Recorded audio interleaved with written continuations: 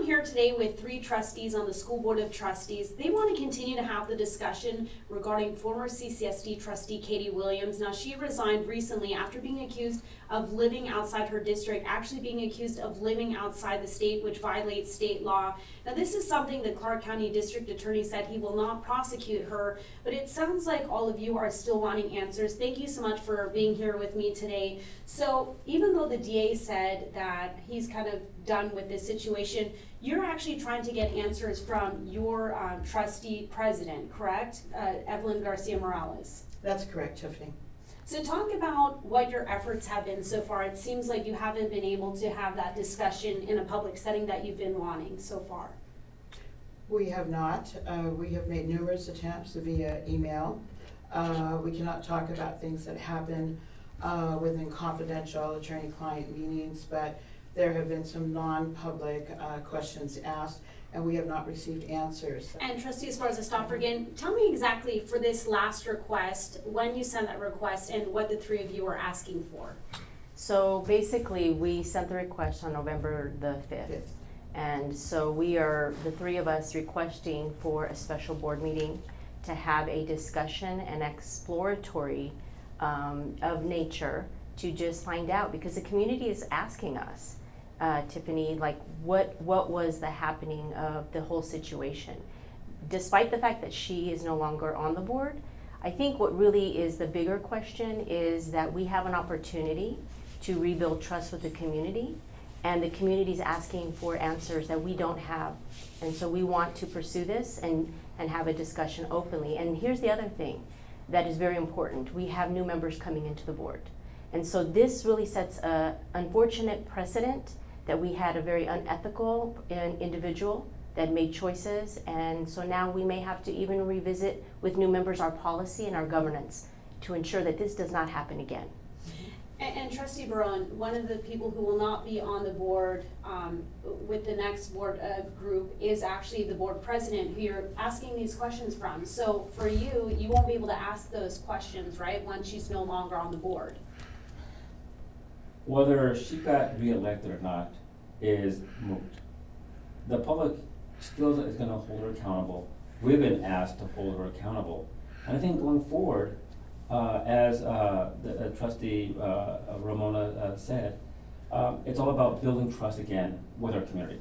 Right now, if there was I know I haven't paid for one, but if we were to have some sort of an encuesta, a survey as to what board of governance in Southern Nevada is the most respected, I don't think CCSD is going to be at the top of that. What this will bring is it'll bring a final closure, and it'll allow us to begin to start anew with an entirely new board.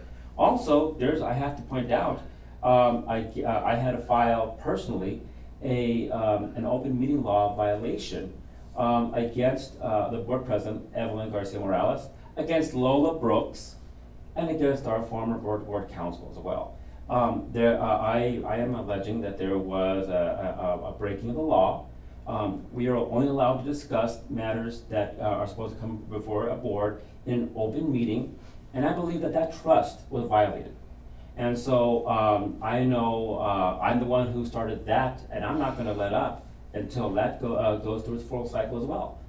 And it's not about retribution, it's about making people accountable for their actions. All over our country, we have people who are not being made accountable.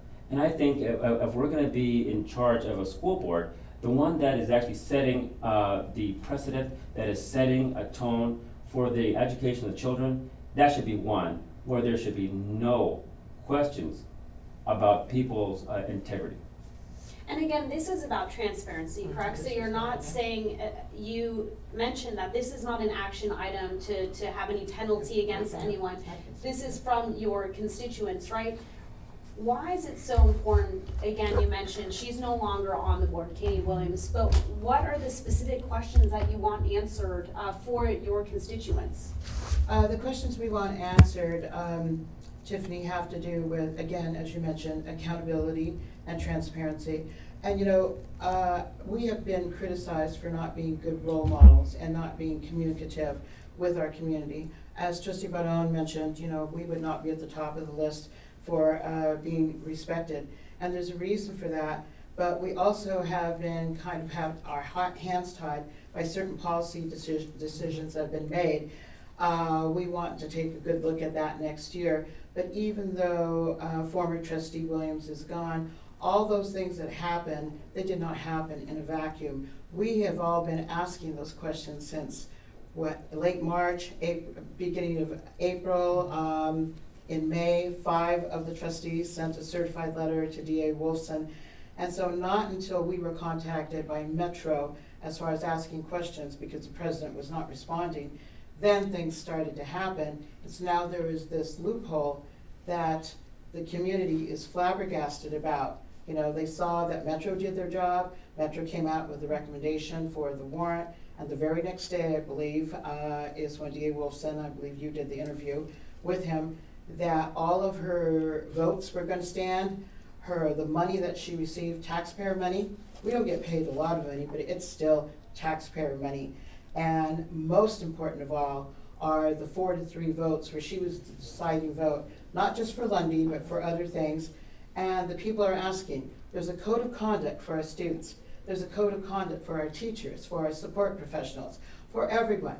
Why is there not a code of conduct and no accountability and transparency for a trustee who is elected to basically represent our children? Because our children, our students, that when it comes down to the bottom line, they're the ones who pay the price for this. So that's kind of a long answer to a short question, but the community is contacting all of us. They feel very strongly, and they were just absolutely devastated when they got that decision from the DA. So what policies could you revisit, right? Because I think there's some policies on the state level that you can kind of lobby for, but on the district level, what policies could you revisit as a board that could help prevent these situations in the future? Well, I mean, I would say as a new trustee that we swore an oath, and we start with that because of the fact that we need to be true to our word. And so I think we start with the oath of office, of what we're going to commit to and what we're going to engage in, and really look at how we govern each other. Because there's really nothing in our current governance policies that state if a person is absent, if an individual chooses to be mostly maybe present online. Mm-hmm. Like I know we live in a new world, and there are times where you can't physically be in a space, mm-hmm. but to be absent so frequently was the red flag that signaled for all of us. And for us to be asked to do certain duties. There's a lot of things outside of a trustee's role. You have to do school events, you have to do school graduations, there's a lot of opening, there's a lot of ceremonies, there's mm-hmm. a lot of things that are outside of just the monthly meetings, work sessions, other briefings that happen on the day-to-day.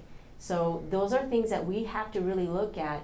What is the policy that we have established for somebody actually being engaged and present and fulfilling those duties? I think that's the thing, that the community really felt that gap.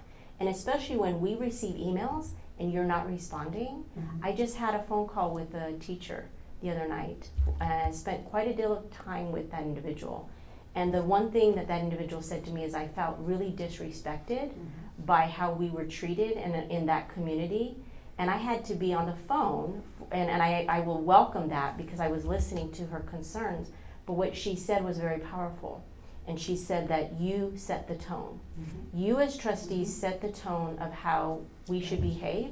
And I know that there's that saying, culture is cultivated by the expectations and the behaviors that are tolerated. And so that's the issue that we want to get to, so that we don't have this ever happen again. So there will have to be new policy, and there will have to be new accountability measures in place for us as trustees.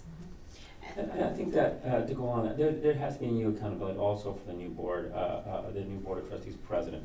Again, we can show you the emails we have where we have. By the way, the board policy states that if 3 trustees make the same request, the board president is bound to actually put that on a board agenda.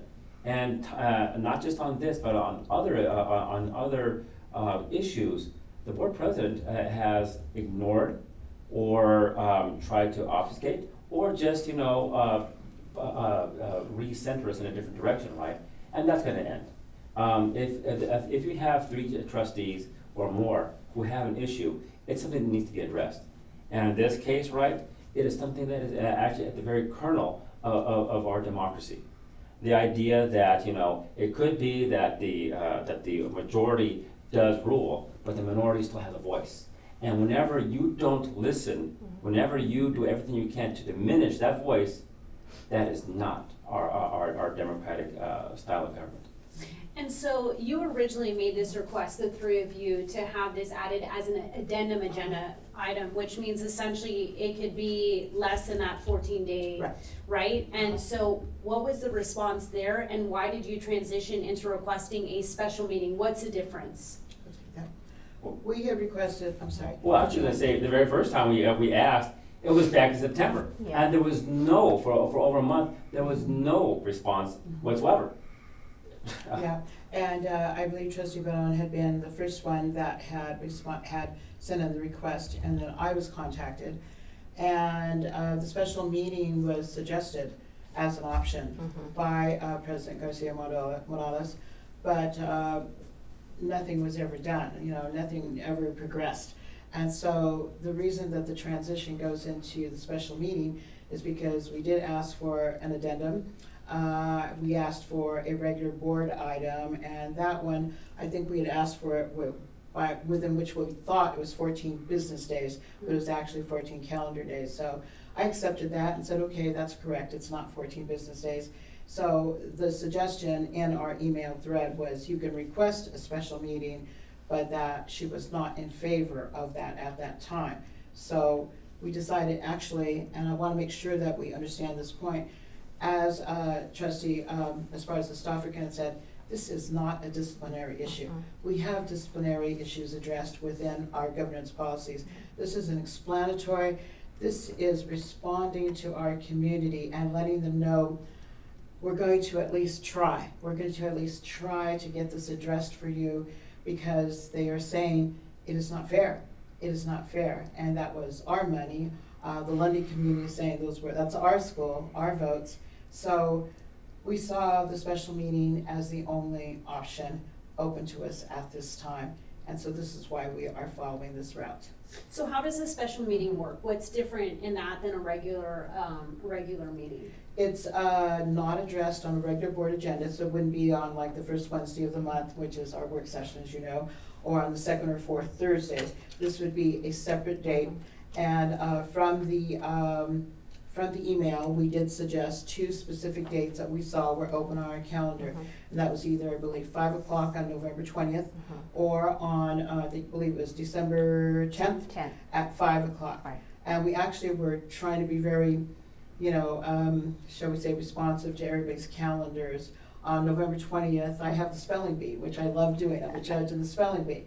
And that ends at 4 o'clock down the street at Vegas PBS. So I can finish with the spelling bee and still be at the special meeting by 5 o'clock. But it is a whole separate meeting that is then with its own agenda, and it also has to be posted. We have a short window of time before the end of this, this term for this president. So we want to have the opportunity, once again, to just have a discussion openly and have the community there so that they can be a part of the conversation.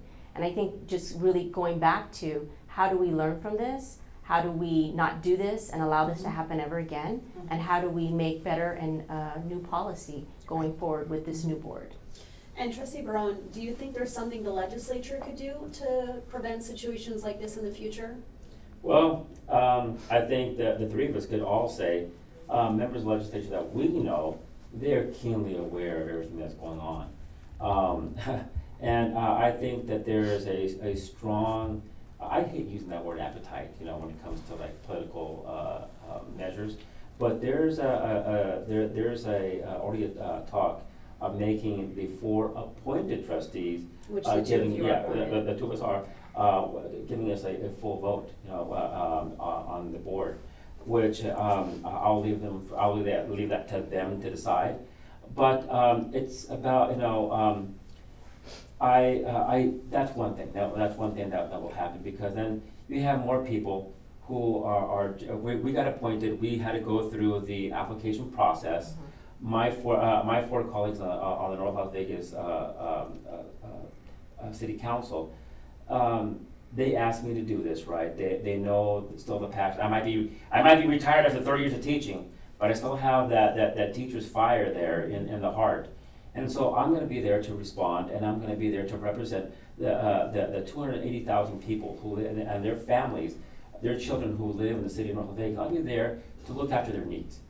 My good friend here, Ramona Esparza Stoffrigan, who our families go back actually a long time, right? She might have moved out of North Vegas, and she represents Henderson, but she's keenly aware that she's been entrusted by the Henderson City Council to do the same for her community now in the city of Henderson.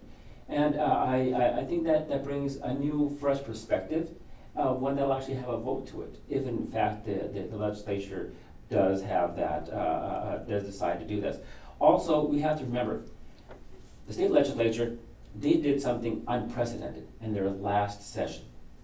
They made education spending a high priority. They put their money where their mouth was, and I have to really hand it to them and to the governor. He said he was going to be the education governor. He certainly was.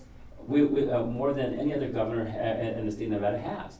So when you have the governor and you have the legislature working together, that is a lot of power of political momentum, and they have very much a keen interest in what happens in the Clark County School District. Yeah, it's all the districts too, but this is the flagship for the entire state. You know, the fifth largest in the country. How the tide goes with us will be all the boats floating in the state of Nevada, education-wise. Is it telling that the legislature, I mean, we do see it in other states too, of the state legislature getting involved in schools when needed. Is it telling that they are getting involved now? Is it a good thing? Is it a good sign? Or is it saying, hey, there's a little bit of chaos, which isn't necessarily good? What are your thoughts on the legislature getting involved at this point on different things, including the ongoing budget discussion? Well, I would say, as a former, my first chapter was an administrator, and advocating for funding for schools was very much at the top of, and still continues to be the issue, right? But what has happened in Clark County, unfortunately, the trust has been broken. And so, unfortunately, when that happens and there's a lack of accountability and a lack of transparency, and you see communities really upset and frustrated with a lack of communication, then policy has to be created, unfortunately, because of that trust being broken.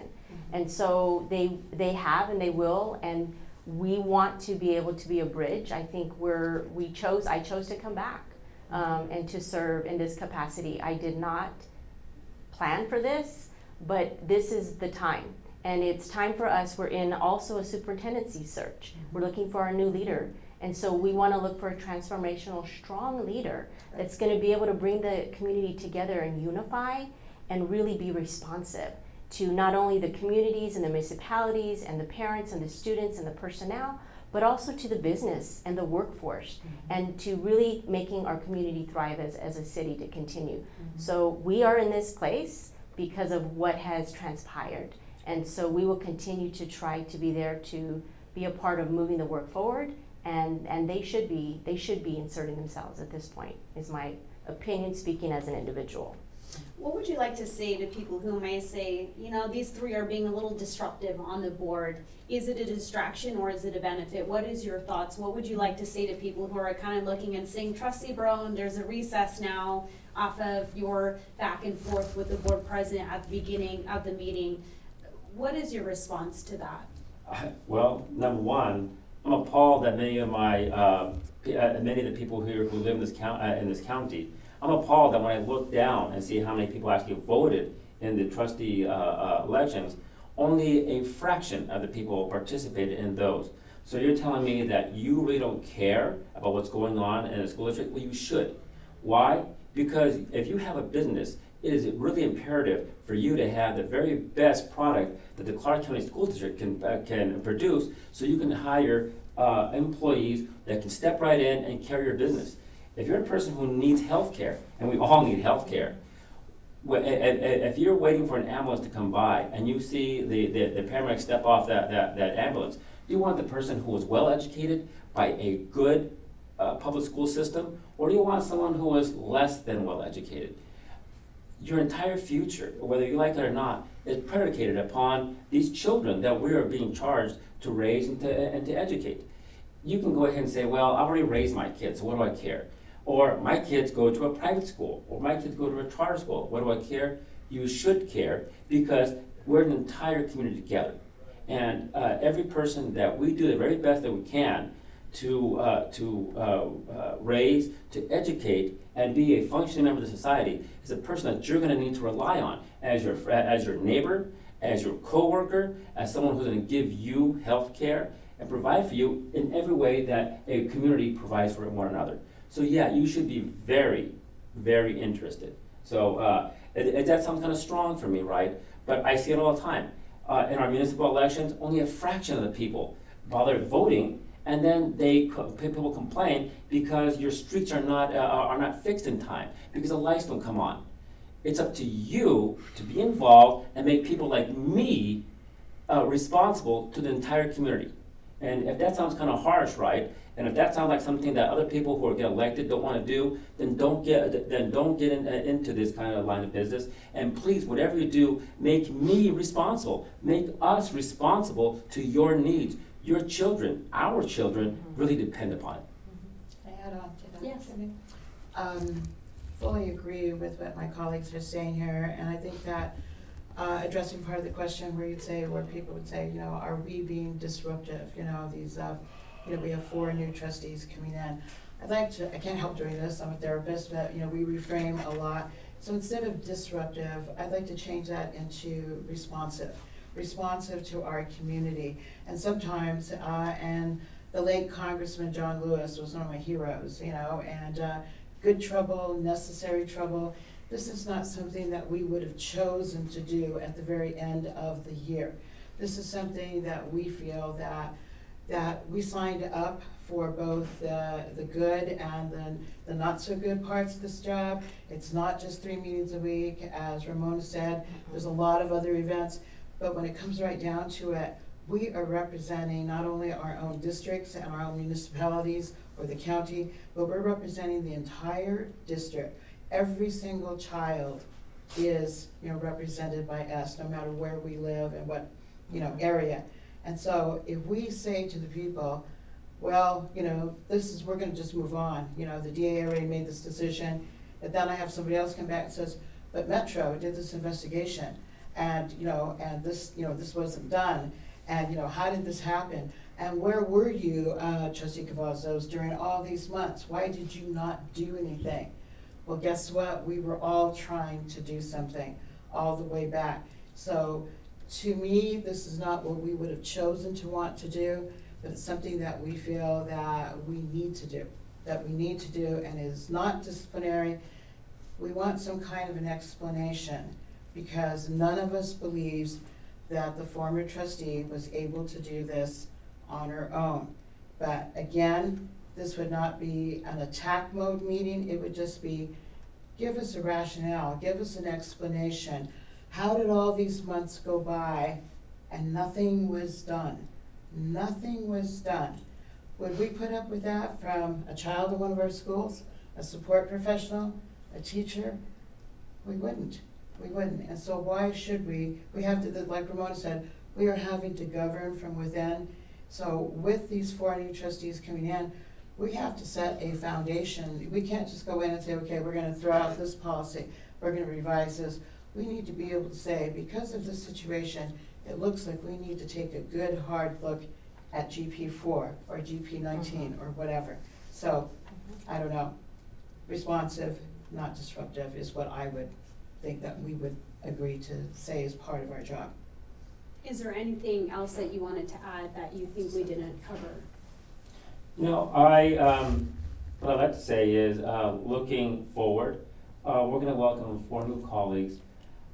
The future actually looks better. I know, for instance, Tamika, she's a person who's been in the community a long time.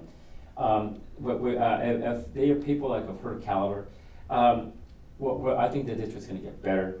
I think we're going to have a robust search for our superintendent, and I think I would ask for our friends in the legislature to maybe afford this board a little bit of time for us to figure out things, right? Definitely you should be involved in everything that we're doing. Definitely do everything that you can to make us very much responsible and uncover everything we need to budget-wise, right?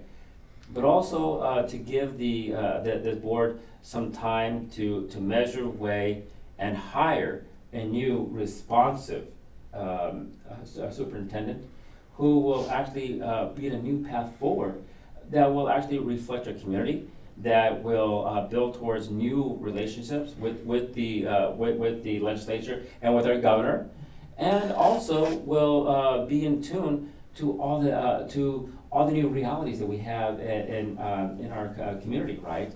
I know I'm kind of like I was teaching for 30 years. When I first started teaching, I was still using chalk, and I thought I was cool because I had colored chalk. Then I was floored because we had these whiteboards. Couldn't believe it. Then I discovered the Elmo, and I thought there couldn't be anything better than that, right? But hey, that's like really old school, and we really need to be prepared for these new young people who are coming in, right? For me, the future looks really good, and I'm just quivering with excitement to be a little bit part of that, right? And I really do think that things are going to get better. Anybody else? Well, you probably won't use this, but I just want to say I really want to bring it back to our students. Our students really is what grounds us, and who we are trying to answer to as well. And they want better. I have hope in what they're going to bring forward and the questions that they ask of us as trustees. And I, like my colleagues here, look forward to some transformation within our community and within our district as a whole, because our students deserve it. I would just like to echo them and just say that we can't expect somebody to come into our district and to want to be a superintendent and to be transformational, because that is what we need, if we are not transformational ourselves, if we are not willing to look back. I will say, especially me, I've been here the longest, look back and say, this was good then, why are we not still doing that? This was not so good, why are we still doing that if it's not so good? And to be able to look at making our board meetings, which of course are business meetings, we've been told that numerous times by the current president and the last two before that, certain things were taken off of our agendas. I know you've been here 5 years, but we used to have students come in from all our different districts, and they could do performances. I remember especially one that Dr. Young brought in that was just so wonderful. We would have reports from the students having to do with, awards, and there was just so much pride, and it was more a community hub. It wasn't just how many things can we cram into the consent agenda with one vote. Again, like what Ramona said, more student focused. Our educators, it's lovely when they receive awards at their schools, but we did used to bring them in and have something for them, even if it was 2 minutes, even to have a report and be able to say, hey, on the NIAA board, this is what we've been doing with our sports and our student councils, all kinds of things going on. For Ramona, maybe to bring in some things that are going on in the Henderson schools and the North Las Vegas schools, but to make it more student-centered and community-centered. And I think that's why what you had brought up before, Lundy is such an important item to look at. So, but it's only one example. So again, transformational, but we need to take a good hard look at ourselves and see how we can contribute to making progress and moving ourselves forward. Because, how can we expect a leader to come in if we're not going to do that ourselves? Well, thank you so much for this open discussion today, and we will continue to follow up with the district, with the board president, and also the legislature about moving forward with these different issues we discussed today. So thank you so much. We'll have more both on air and online. Thank you very much for having us. Thank you very much. Thanks for coming. Thank you.